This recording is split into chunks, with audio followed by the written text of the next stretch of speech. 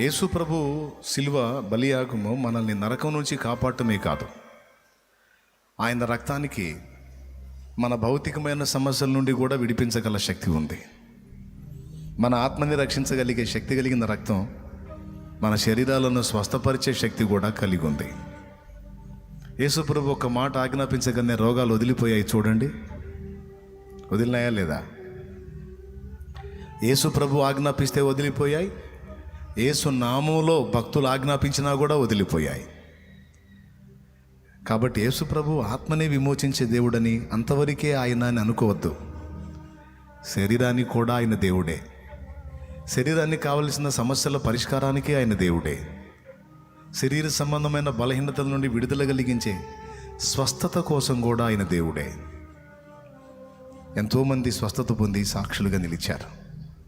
సర్వ శరీరంలో ఉన్న రోగాలను బాగు చేసి మనల్ని నూతనపరచగల శక్తి ఆయనకుంది కనుక ఆయన రక్తాన్ని ఆశ్రయించండి. ఆయన రక్తాన్ని ఆశ్రయించండి. ఈ రక్తంలో నా దోషములెల్లా కడిగి నా దేహమును స్వస్థపరచమని కూడా అడగండి. ఆయన బాగు చేస్తాడు.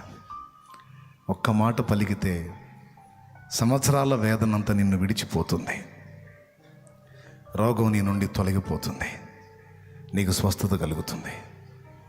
Praise the Lord. సమస్యల పరిష్కారానికి కూడా యేసు చాలినవాడు. అందుకే చెప్తున్నా, అందరి దృష్టి ఆయన వైపే ఉంచండి. మీ ఆత్మను, శరీరాన్ని, ప్రాణాన్ని నెమ్మదిపరచగల ఏకైక దైవం యేసు. యేసు నిజమైన దేవుడు. దేవుడు అనటానికి యోగ్యుడు. యేసు అందరి దేవుడు.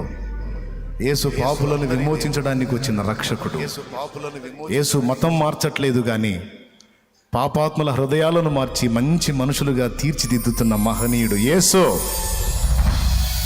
యేసు వంటి దేవుడు లేడు. యేసు వంటి రక్షకుడు లేడు. యేసు వంటి మాదిరి పురుషుడు లేడు. యేసు వంటి దైవం యుగ యుగాన జగ జగాన ఎందు వెతికినా లేడు లేడు లేడు. యేసు ఒక్కడే. యేసుకు యేసే సాటి.